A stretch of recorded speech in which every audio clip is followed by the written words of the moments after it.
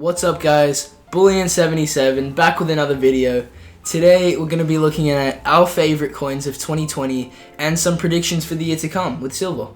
Yeah, so we've got a couple of coins in front of us, but some of our favorites aren't even here because we don't have them. So they'll pop up on the screen very likely. We'll see how this video goes, see if we enjoy ourselves, and it's just a sit down talk with one another today. Yeah. What do you want to start with? Britannia. 2020 Britannia. Okay. I feel like it's a good starting point. Okay, so this coin looks like a pirate coin. It's it's so nuanced, got so many layers to it, and the 2021 is different than this one. So you see at the back, which we'll show in the video, the kind of the stripes. The what is it? Like it's light new, beam. It's a new added security feature, and it looks it's like wavy. We'll no, put a I'm picture talking up. about the 2021. It's like a light beam coming out. I think it really accentuates the woman in the photo. It does. I mean, in the coin. I think it looks stunning, and as you were saying, the wavy look, I don't think it suits it as much. That's just me personally. What about you, Noah? Me either. I still really like the coin, but the 2020 for me is much nicer. I respect that it's a new security feature, makes it way harder to replicate, but I do think that this 2020 coin is nicer to the eye. Okay, yeah, that's absolutely fair. On that note, 20 versus 2021. Yeah. What do you think? Do you think collectors-wise it's going to be a big difference, and if so, why? Well, I think 2020 was a great year in history to be collecting coins, because in 60 years, 50 years, you'll be looking back on your collection if you're young like us, and seeing your coins from 2020, and it's just, those are the ones that you're going to cherish, because the symmetry is beautiful. It's such a historic year. It's a great year to be collecting coins. Yeah, so on that note, the numismatic symmetry between the 20 and the 20, it looks fabulous. The significance of these years may also come in. It might be important when you're selling these coins, because more people might want the 2020 because it was the year of COVID-19, the big epidemic. At the same time, how do we know 2021 is not going to be just as bad, if not worse? Who knows what's in store for us in 2021? At this rate, it's going to be the end of the world or something. So collector's value, you really can't say right now, because it still may be early days, or we could be at the end of this entire thing. Only time will tell.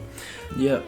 Right, so recently you've been thinking, are you going to get kangaroos, or are you going to get Canadian maples? What are you thinking right now? Okay, so my thinking about it is the Kangaroos right now on Swan Bullion are about $4 less than the maples. Each coin. Each coin is about $4 So that's less. significant. Very significant, but I think the maples non-milk spot technology and just the looks, and they really have extra value compared to the Kangaroos. Just people are willing to pay more for the maples. Okay, so we'll take a look at the kangaroo now. So as you can see, there's a lot of milk spots. And although it is a really nice coin, I feel like the milk spots put me off the coin personally. Yeah. It's don't get me wrong, it's a great bullion investment, and everybody should have some kangaroos in their collection just because of the very good price point. For a coin, that is. For a coin. Yeah, I mean, coins right now, the premium is really heavy. It's what? It's $6, $7, $8 Australian. Yeah. Even $10 sometimes. So it's gigantic. So when you do see a coin that has a lower premium, it is very enticing. Yeah, it is. What do you think? We'll take a look now again at the Canadian maple.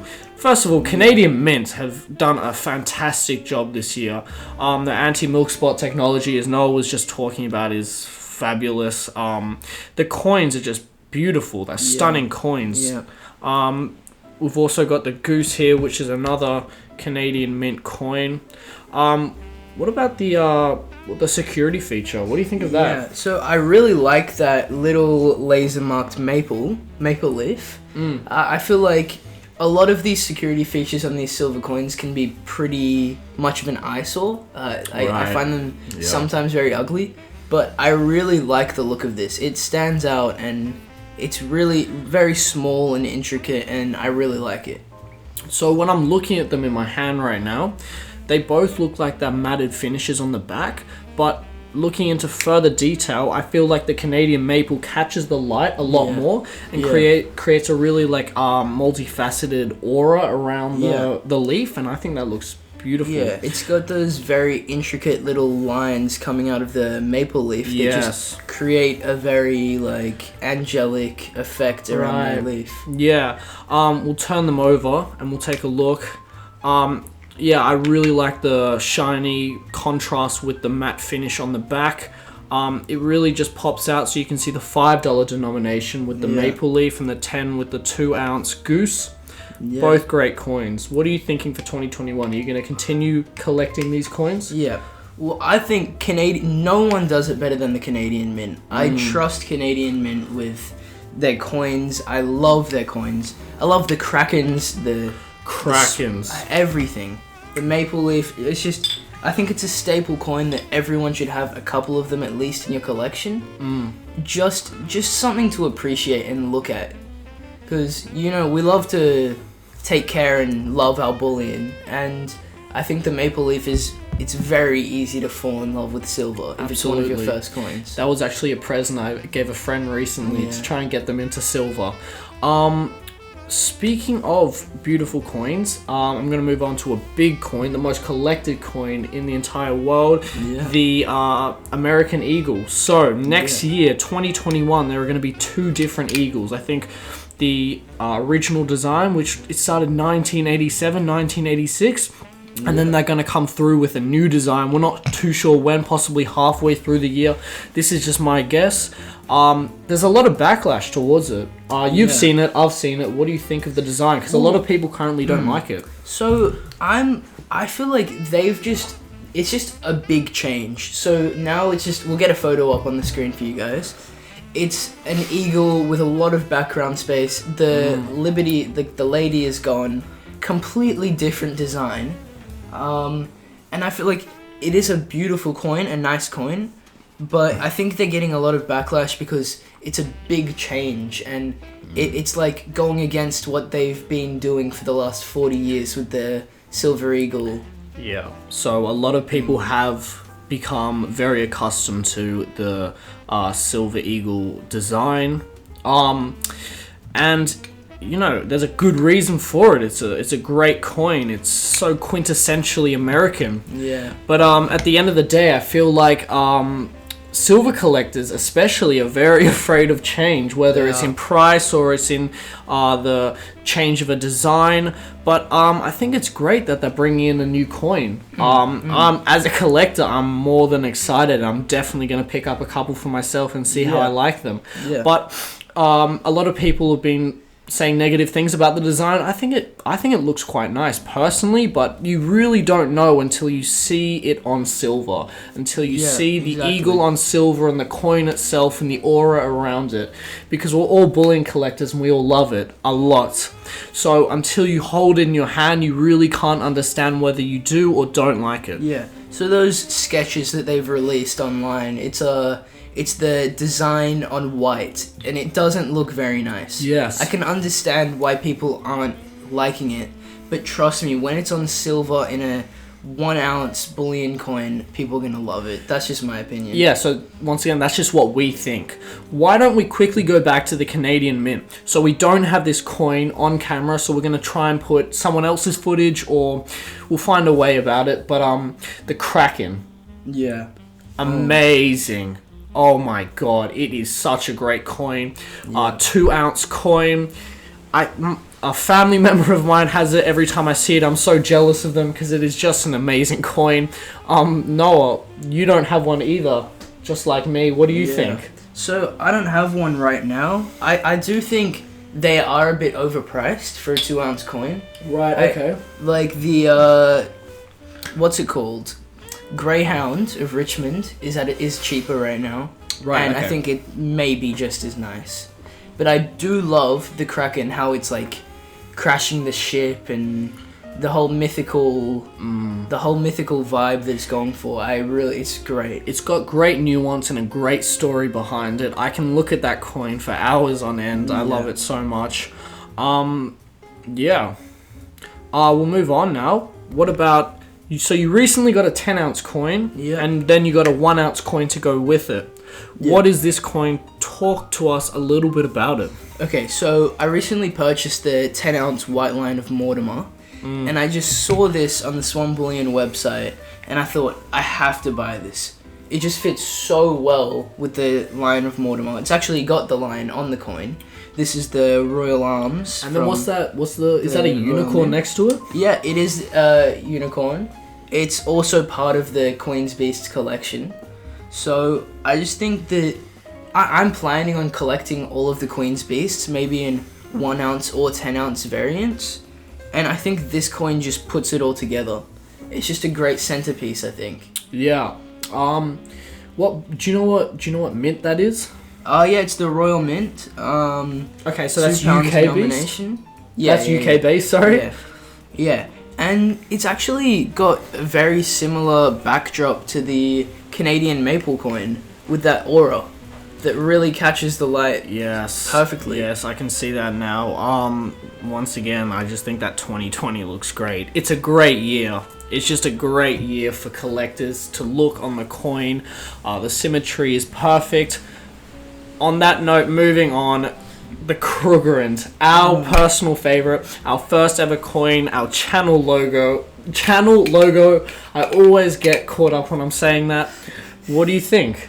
2021, what's gonna happen with Krugerrands? I really hope that they don't keep it the exact same, but they don't change it too much. Right. So as you can see, there was a pretty big change this year. So yeah. For the coin, 2019, it was frosted with the Rand and Kruger, which is the president. They were both shiny, and then the frosted finish everywhere else on the coin. This year, they've made it completely frosted. Yeah. We like that a lot, but we would like to see a little bit of change. It's always great as a collector to see some change. Yeah. Just how they've developed. Yeah, a few of the things that I love about this coin is the very intricate but minimalist border. I just really love the border. There's something about it that I can't get over. Just the simple design of the coin and I can't even explain it. I love it. But next to the border, on the inside of the border, the dotted finish on it. Yeah. I think that. Yeah, no, that's. Yeah, right. Okay. So I feel like the borders I don't like are ones on the American Eagles. That's just me personally. And also the, what's this? The Royal Arms coin? Yeah. Yeah, I feel like the borders are a bit too minimalistic. I feel like they just look a little bit unfinished. So personally, I like a coin when the borders just finished in a certain way. Yeah, just something that sets it apart from the pack. Absolutely. Yeah. Another thing about the Krugerrand is this frosted finish does seem to attract some milk spots.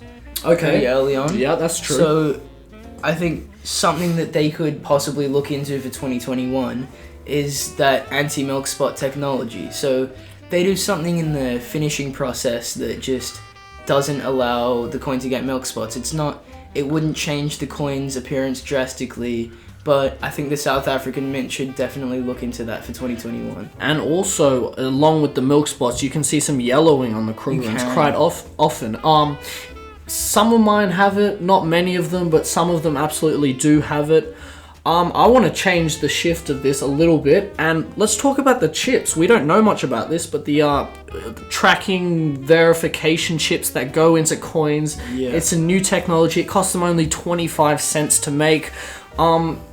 Neither of us know that much about it. We're yet to research, but just a brief glimpse about what you think about it. So I'm really skeptical about this one, because we've seen in history governments collapsing and taking over people's gold and silver. We've seen that in history. If there's tracking chips, the government may have access to where the location of this silver and gold is. If there's a government collapse, I'm hugging onto my silver and gold. I'm not letting it go. The government can come try to take it from me, but I'm not letting that go. And if there's a chip in there, they'll know the exact location. Okay, well, I'll stop you there because it's getting a bit into conspiracies now. But on the note of governments taking precious metals away, I don't think it's ever been where they come knocking at your door and say, give me this, give me that.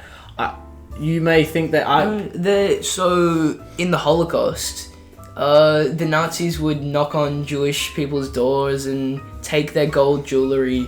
There's still, like, In terms of America, there's been a lot of times where they've said, we're in a recession, it would be amazing if everyone could bring in their precious metals, and you can, but a lot of people didn't.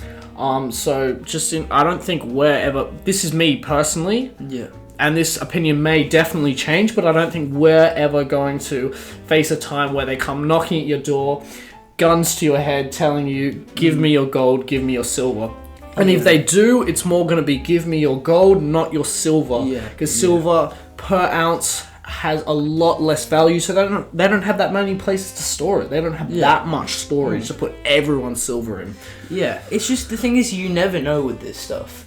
Like, in the 40s, I don't think Jewish people were thinking that they were going to get their possessions taken and their silver and gold jewelry taken. I don't think they would be thinking that at all. So it's just, you never know. We have got a little bit off track. We were talking about chips originally. Yeah. Look, as a enthusiast, as someone who likes to look at my silver, I don't want to see a chip in it. That's just me personally. I think it looks ugly, but there are a lot of people faking more gold than silver, but people are still faking what are in these coins. So I think it's great for people who are looking, new investors, and there are a lot more new investors now, us included. So it's a verification process, and it's quick, it's easy. You don't have to go into a bullion dealer to scan it in an XRF machine. So that's spectacular. So I think the size of silver and gold investors is growing pretty exponentially. I've always heard it's about 1% of the population is invested in gold. Okay. But I think that number's growing. I think I saw somewhere it's nearly up to 2%. Okay. Which is like nearly doubled. And why do you think that is? I think because people are losing faith in the economy and the dollar itself, the government and the dollar itself. The government's a quantitative easing, and soon everyone's going to realize, and I hope they realize, that we can't quantitative ease forever. And this paper money isn't going to be worth anything in 10, 15, 20, 30 years. The actual thing that is going to be worth something and has continued to be worth something for thousands of years since the Egyptian times is silver and gold, precious metals. It's just a great hedge against inflation. If there's a state of hyperinflation, you're safe with your silver and gold, which is looking like it might happen very soon. It's all this money printing going on in the US is eventually gonna weaken their dollar very much, in my opinion. This is not financial advice. We're not. Don't buy silver because of our advice. Do your own due diligence. Do your own research. I have to preface this. On that note, a lot of people have been texting me recently and emailing me saying, tell me about silver, and I've told them about silver, but then I always have to preference. And a lot of people asking me, oh, should I get this? Should I get that? I always have to preference. Do your own research first. I feel like there's a lot of bias opinions in the silver game, and that's not a jab at anyone, but a lot of people are invested in this, so they're gonna say one thing. But I think it's good to look at multiple sources from different viewpoints so you really understand silver. Do your own research. And one piece of advice I'd give you guys to be doing your own research: try not to look at the people with the high biases. Don't search up on your YouTube Silver to 100 2021, because you're just gonna find people that are feeding you information that silver's 100% gonna go to $100. See, this investment, it's never safe. It could collapse tomorrow. It's never safe, and you gotta only be willing to put money in that you can risk losing. Talking to the new investors, so I'm talking to me also when I say this.